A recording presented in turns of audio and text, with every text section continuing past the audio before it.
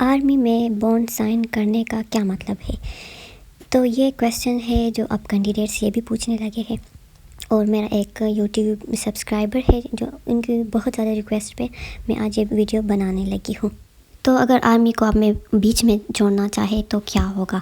آپ کو لاکھوں میں چارجز دینے پڑتے ہیں، تو سب کچھ جانیے اس ویڈیو میں، تو پلیز ویڈیو کو لاسٹ تک دیکھیے گا۔ تو سب سے پہلے بانڈ کو سمجھے کہ یہ ہوتا کیا ہے اور کب اور کیوں اس کو سائن کرنا پڑتا ہے۔ تو آرمی جوائن کرنے سے پہلے اور یہ بانڈ سائن کرنے سے پہلے آپ سب کینڈیڈیٹس کو اس کا مطلب پتہ ہونا چاہیے، بہت ضروری ہے آپ سب کے لیے۔ تو چلیں ویڈیو کو سٹارٹ کرتے ہیں۔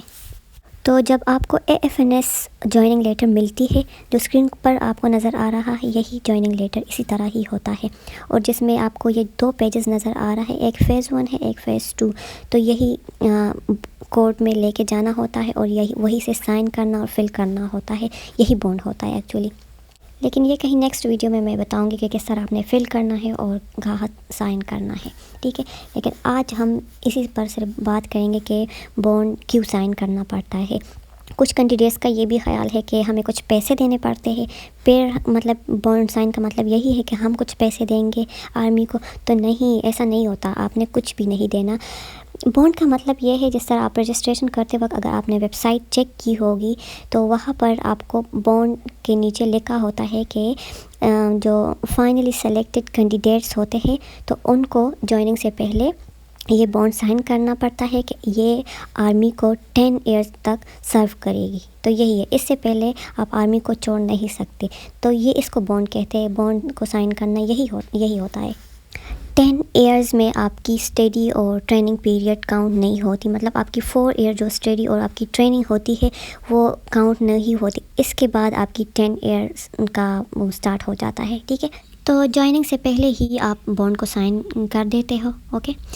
پھر اس کے بعد جب آپ کی جوائننگ ہوتی ہے تو بہت سارے کینڈیڈیٹس ایسے بھی ہوتے ہیں جو بس 1-2 دن ہی ٹک جاتے ہیں وہاں پر، اور پھر آرمی کو چھوڑ کے واپس آ جاتے ہیں، کیونکہ ایک دم سے آپ پر ساری رسپانسبلٹیز آتی ہے، آرمی کی پریشر بھی ہوتی ہے آپ کی سینئر کی، تو اور بہت روٹین بہت ٹف ہوتا ہے آرمی کا، آپ سب کو پتہ ہی ہوگا۔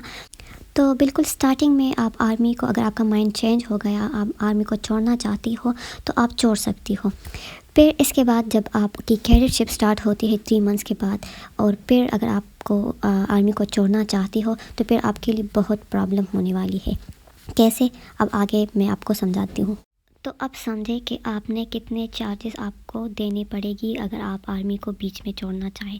جب آپ کو جوائننگ لیٹر ملے تو 7 نمبر اور 8-9 نمبر پیج ہے، وہ آپ نے غور سے ریڈ کرنا ہے، کیئرفلی 7 اور 8 نمبر پیج کو بہت غور سے ریڈ کرنا ہے۔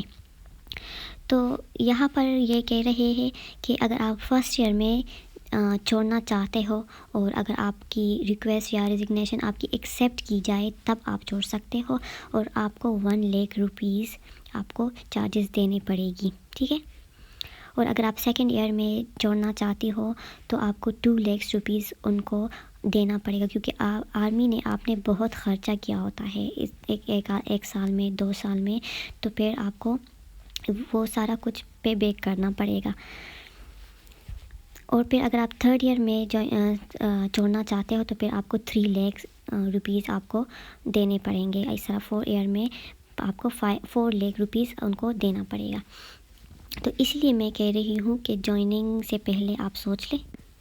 تو پھر آپ کی اس جوائننگ لیٹر پیج نمبر 8 میں لکھا ہے فیز 2 میں کہ جب آپ کو رینک مل جائے لیفٹیننٹ کا، تو اسی سال اگر آپ آرمی کو چھوڑنا چاہیں تو آپ کو 5 لاکھ روپیز چارجز دینی ہوگی، ٹھیک ہے؟ پھر اگر اس کی سیکنڈ ایئر پر آپ چھوڑنا چاہیں تو 4,50,000 روپیز آپ کو دینی ہوگی۔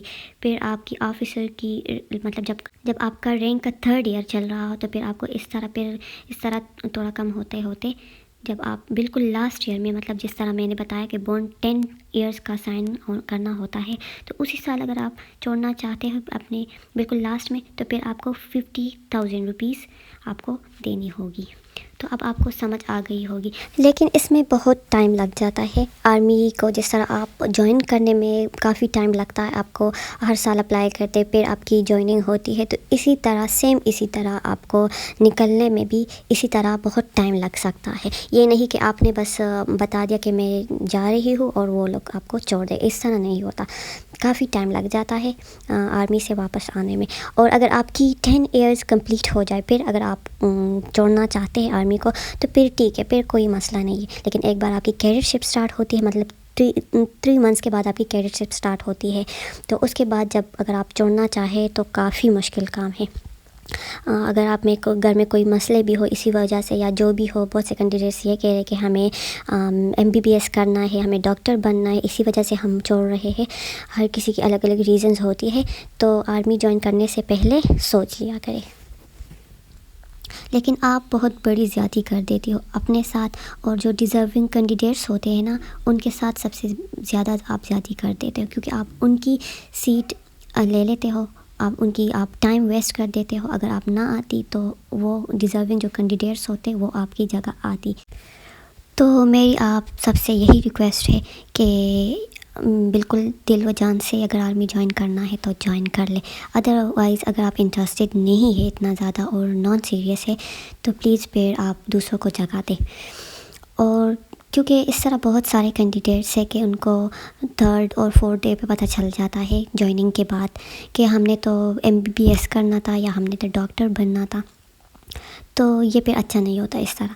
تو اگر آپ کو ڈاکٹر بننا ہی ہے تو پھر پلیز آپ سیٹس کو ویسٹ نہ کریں، کیونکہ جب آپ آرمی کو چھوڑتے ہیں کچھ دن کے بعد تو پھر اس کے جگہ دوسری کینڈیڈیٹس کو جگہ نہیں دی جاتی، پھر وہ ویسٹ ہو جاتی ہی وہ سیٹ۔